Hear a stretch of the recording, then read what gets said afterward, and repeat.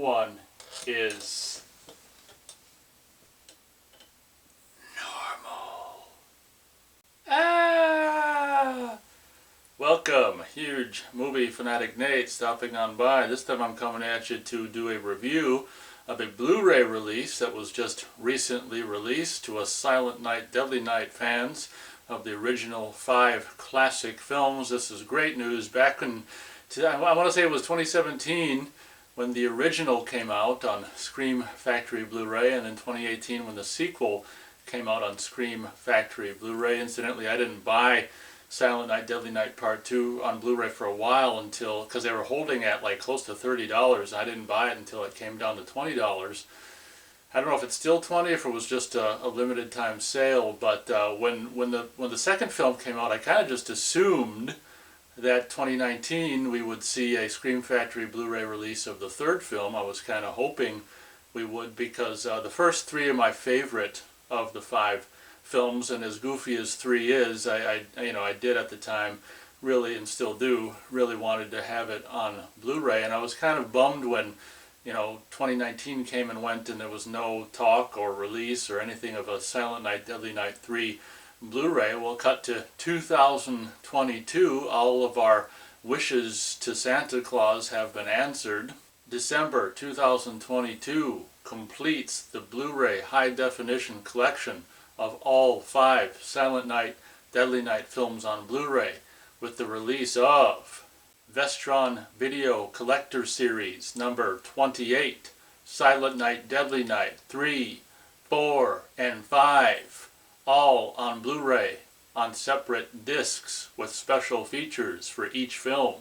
Before December 2022, this was the best way to experience Silent Night, Deadly Night 3 through 5 on home video. The Lionsgate 3-disc DVD set of Silent Night, Deadly Night parts 3 through 5 released. I want to say it was 2009 this came out, and what was really cool about this is obviously it featured the original film to tape transfers of the 3 films, so that was kind of fun in a nostalgic standpoint to be able to watch the original film to tape transfers of these films. These films, incidentally, when they came out on home video originally in the early 90s, and then this release in 2009, and then the most recent Blu-ray release in December of 2022. What's really cool about it is all 3 films being shot and made directly to go straight to home video in the 1:3:3 TV aspect ratio era have all remained in the 1:3:3 aspect ratio even today. But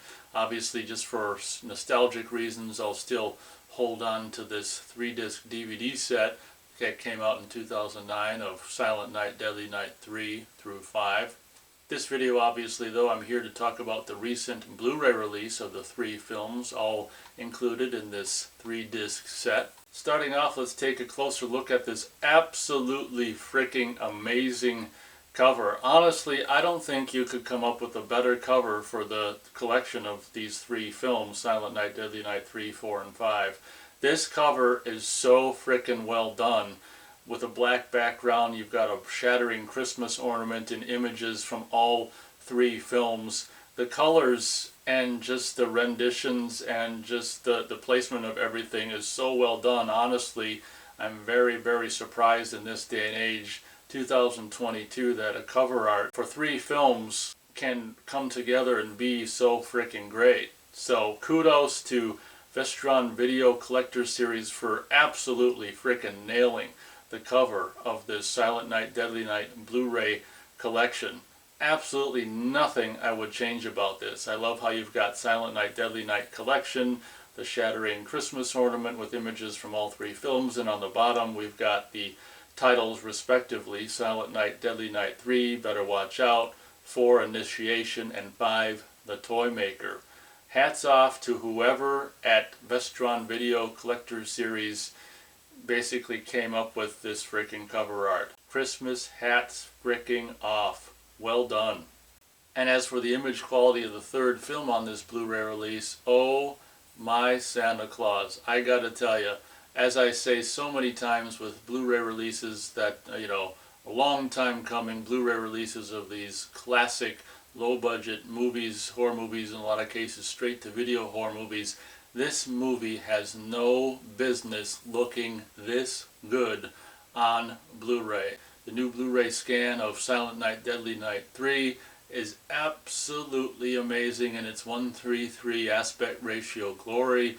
Healthy grain saturation, beautiful colors, absolutely crisp as hell image, and as an extra bonus, I want to say there's a little bit more gore, a couple more seconds of gore of that, bitchy kind of receptionist bitch at the hospital. I think there's a few more moments of blood splurting from her neck in this version as well. So not only do you get an absolutely beautiful high definition, crisp, beautiful color, beautiful grain field presentation of the film, but you also get a couple more frames of splurting blood from the receptionist bitch's throat. So that's always fun to see. I cannot stress how amazing this film looks on this Blu-ray release, and this is my favorite film of the 3 films included on this collection. I don't know what it is about Silent Night, Deadly Night 3. Although it's slow and laughable as all living hell, there's a quaintness to it and something I love about it. I guess part of me just loves the slowness of it. Incidentally, I did review all these films years ago, so feel free to check out my reviews of the films themselves on my separate reviews of the films videos that I uploaded years ago if you want to know what I think about the films themselves. But very briefly, I don't know what it is about Silent Night 3, Deadly Night 3. There's a quaintness about it, and I don't know, I just love how the second half is just going to Granny's, and by the time they get there, Granny's nowhere to be found. It's just an absolutely ridiculous film, and it's so great to finally have it in such a beautiful Blu-ray presentation. Thank you very much, Vestron Video Collector Series. As far as the sound goes on this release, all 3 films 2-channel stereo, most likely ultra stereo back in the day. Nothing negative to report on the sound front, nothing amazing. It does what it does. Late 80s, early 90s sound. Hip hip hooray.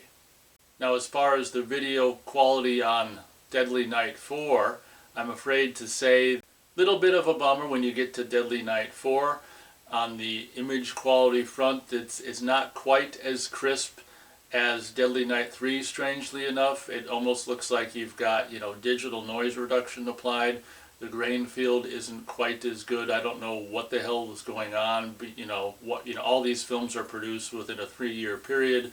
I'm not exactly sure if it's the mastering of the 4th film compared to the mastering of the 3rd film, or if in fact the film stock is different, but the Blu-ray presentation of Deadly Night 4 in this collection is not quite as crisp and amazing as Deadly Night 3, but I'm just glad that my favorite one in this collection is the most beautiful looking, video presentation. So I guess, Deadly Night 4 is my least favorite of these 3 films, so it's not the biggest deal in the world that the image quality is a little bit lackluster compared to the 3rd film. But don't get me wrong, even though the sharpness isn't what I would say nearly as good as Deadly Night 3, it's still obviously the best way to experience this now on home video.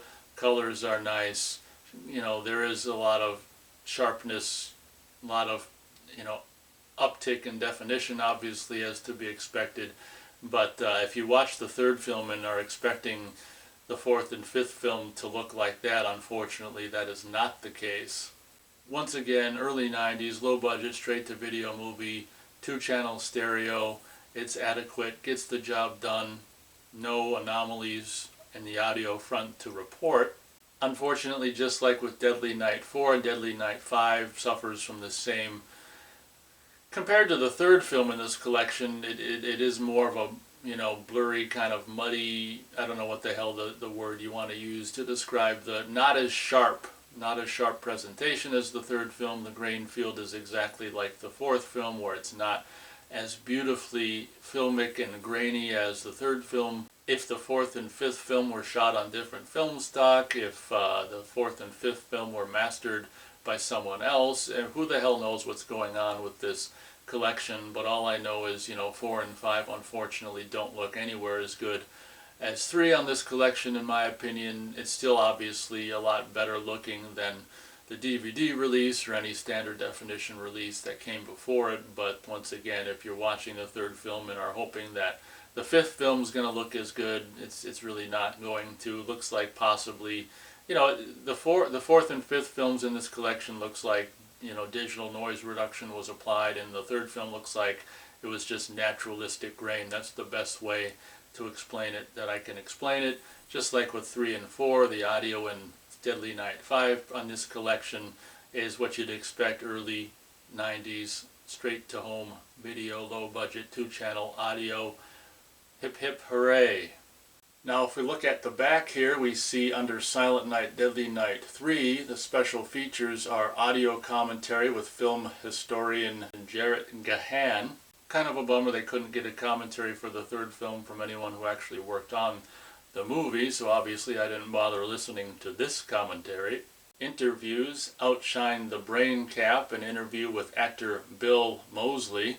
I'm so glad we got an interview with Bill Moseley recounting his experience on this film. I've always been a huge Bill Moseley fan, and the more I see of the actor just behind the scenes or just, in interviews and stuff like that, he seems like such a down-to-earth and fun guy. And I'm always delighted to hear about him recounting his experience on movies of his that I really like, including Crash and Burn and now this film. It's really, really fun to hear him recount his experience his experience on Silent Night, Deadly Night 3, and honestly, I wish he'd done an audio commentary, because it would have been nice to just listen to him talk about his experience on this movie, but I'm glad they gave us what they did give us on this release. Very, very cool and fun interview by Bill Moseley, so that special feature is very much appreciated.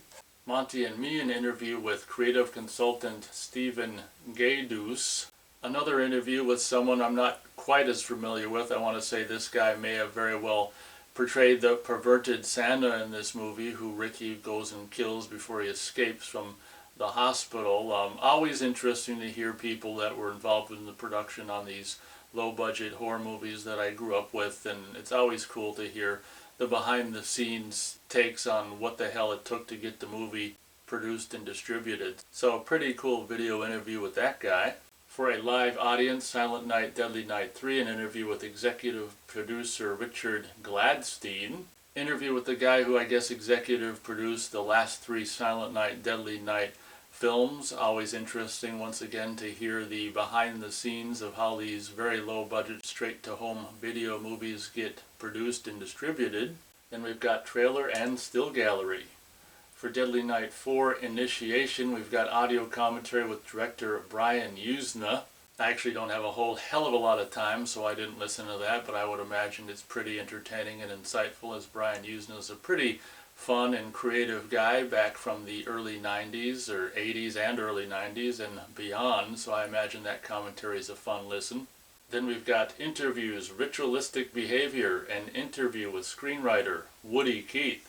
Once again, interesting to hear the behind-the-scenes stories of how low-budget, straight-to-home video movies like this get made.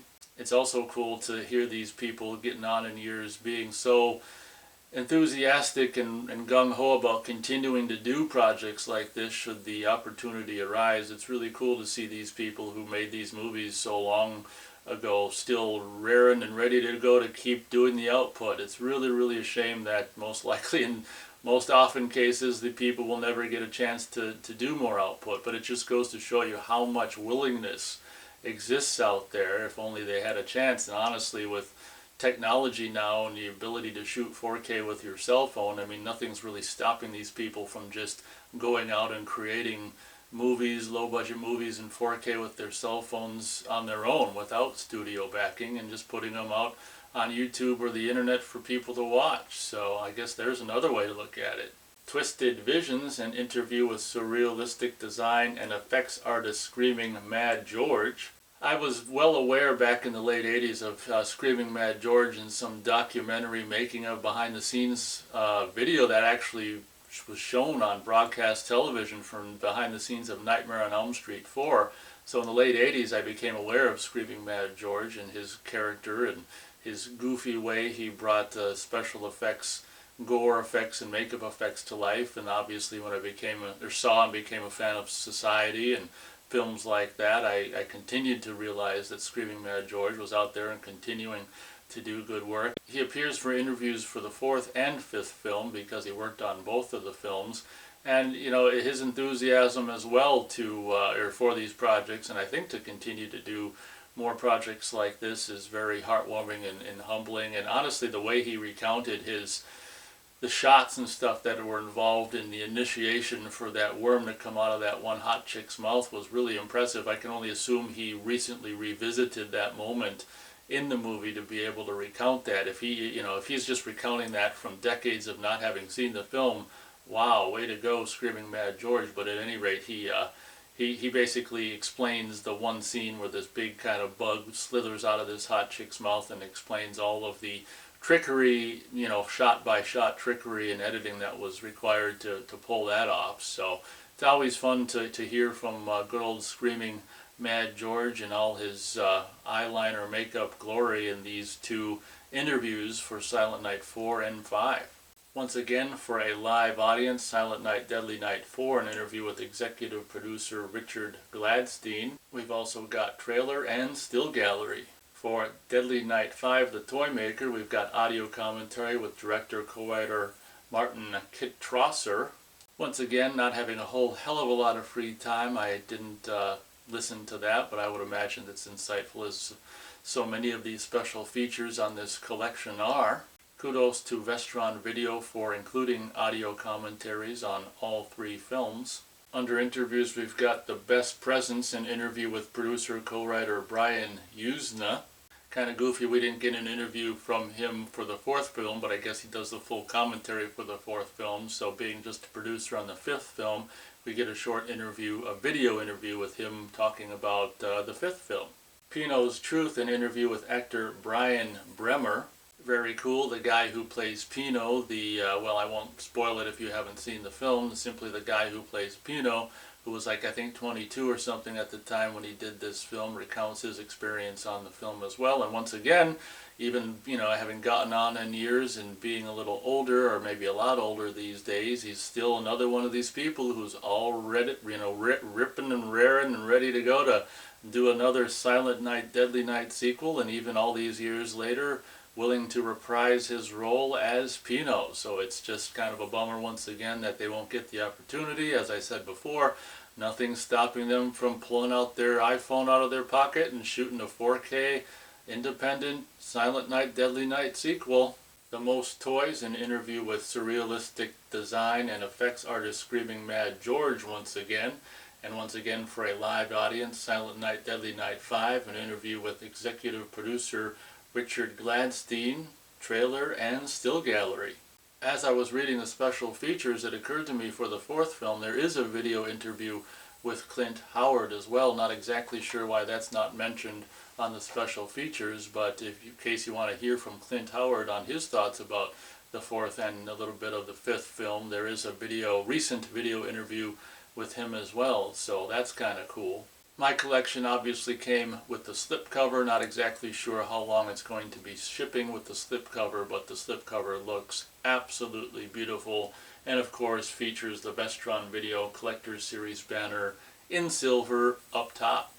Slipping the slipcover off, this is how it looks. It looks just as good without the Vestron Video silver banner up top, simply saying Collector's Series, Blu-ray and digital, Silent Night, Deadly Night Collection. Once again, that absolutely awesome cover art shining through. And very cool that they present all three films each on their own disc, as you can see here. You've got the awesome cover art utilized on the disc itself, saying Silent Night, Deadly Night 3, Better Watch Out. And looking at the disc for 4, it's the same with the exception of you've got a 4 and Initiation. Obviously on the disc for the fifth film, you've got a 5 and The Toy Maker. And who knows, perhaps it would have been cool to use the original home video cover art for each of the 3 discs in this release. It's really hard to say. Obviously that cover art is designed for more of a rectangular situation than a sphere, so maybe it wouldn't have worked, maybe it would have.